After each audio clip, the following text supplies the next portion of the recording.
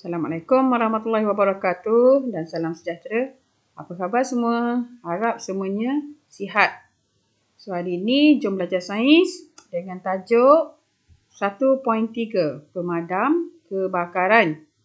So ada beberapa perkara yang perlu awak kuasai dalam tajuk ni. Iaitu contohnya jenis alat pemadam api, jenis kebakaran, langkah macam mana nak cara guna pemadam kebakaran dan macam mana kita nak audit tentang alat pemadam kebakaran di sekolah. Okey, kita tengok yang pertama. Yang pertama ialah jenis alat pemadam kebakaran. Boleh rujuk juga buku teks muka surat 10. Nanti nak baca lebih detail, tengok buku teks muka surat 10. Pemadam kebakaran ni ada 4 jenis. Jenis air, jenis buih, jenis karbon dioksida dan jenis serbuk kering. Setiap jenis tu dia ada label dengan warna yang berbeza. Kalau merah, air. Kalau buih, warna krim. Kalau karbon dioksida, warna hitam. Kalau serbuk kering, warna biru. So yang ada kat sekolah kita biasanya jenis serbuk kering ataupun jenis yang satu lagi dia gabung, nama dia ABC powder. Okey, sebelum kita guna alat pemadam kebakaran ni, kita perlu tahu juga jenis kebakaran tu berpunca daripada apa. Baru kita boleh guna alat pemadam kebakaran yang betul. Kita tengok. Jenis kebakaran ni dia ada 6 jenis, A sampai F. Kita tengok satu-satu. Awak boleh rujuk jadual ni pada buku teks awak muka surat 11. Balik tengok balik jenis kebakaran apa, dia guna untuk apa dan apa alat pemadam kebakaran yang sesuai dengan kelas jenis kebakaran tersebut. Untuk contoh kebakaran kelas A melibatkan pepejal. Kalau B melibatkan cecair. Kalau C melibatkan gas. Kalau D melibatkan logam. Dan kalau E, senang ingat sekali yang ni, E ni elektrik. Dan yang terakhir ialah kelas F. F ni melibatkan lemak dan minyak masak.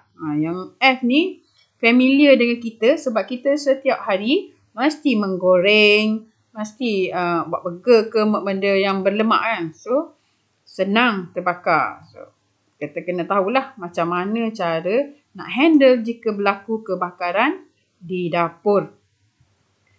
Okey, kita tengok selain daripada 4 pemadam kebakaran tadi, dia ada 2 lagi tambahan yang lain. Yang pertama ialah pemadam api ABC. Pemadam api ABC ni, dia gabung. So, dia boleh digunakan untuk semua jenis kebakaran. ABC, semua jenis kebakaran. Ada A sampai F tadi, jenis kebakaran. So, semua boleh kita gunakan pemadam api ABC untuk memadamkan kebakaran tersebut. Okey, alat satu lagi ialah selimut kebakaran. Dan selimut kebakaran ni, contoh penggunaan dia kat dapur tu, ada fire blanket, tarik fire blanket tu untuk memadamkan kebakaran kecil di dapur. Okey, dah tahu jenis kebakaran, dah tahu nak guna alat apa, kita kena tahu macam mana pula nak guna alat tu.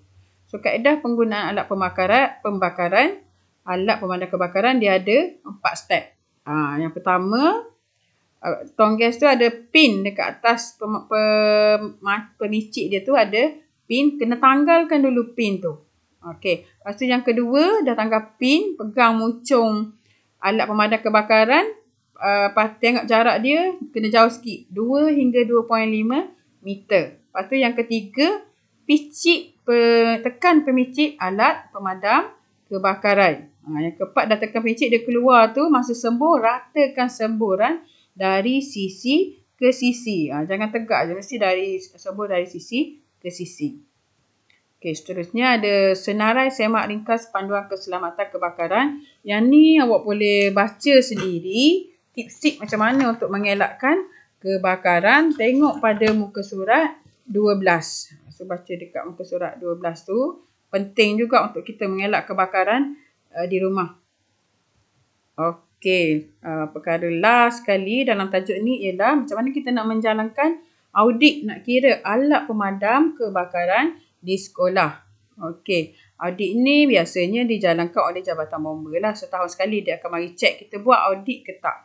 Okey, perkara-perkara yang dilihat semasa nak buat audit tu ialah yang pertama, tengok di sini kat label ni. Yang pertama kita tengok pada tong pemadam kebakaran tu, meter tekanan dia. So, tengok meter dia Kalau kosong, maksudnya dalam ni dah tak adalah bahan pembakaran. Bahan untuk memadam kebakaran. Lepas tu yang kedua, tengok jenis pemadam kebakaran. Kalau sini ni dia tulis ABC powder. So, biasanya kita guna ABC powder. Sebab ABC powder ni dia boleh digunakan untuk memadam semua jenis kebakaran. Lepas tu kita tengok tarikh luput dia. Kalau yang macam ni, 14 hari bulan 12 2019. Dah hampir 2 tahun. So, luput lah. Biasanya kena tukar yang tong pemadam kebakaran yang baru. Lepas tu yang keempat, bilangan pemadam kebakaran. Kena tahu juga berapa bilangan pemadam kebakaran yang ada di seluruh sekolah kita.